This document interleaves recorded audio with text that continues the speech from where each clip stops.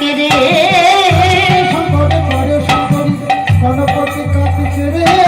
শেষে পদ্মজনী লক্ষ্মী বিনা পানি পত্র লিখে নিজ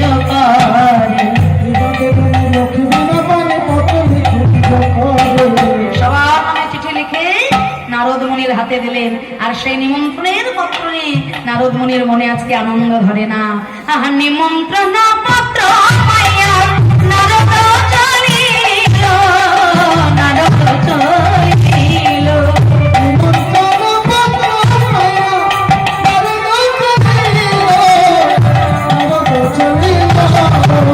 কৈলাসেতে যাইয়া ঋষি শিব করে দিল, শিব করে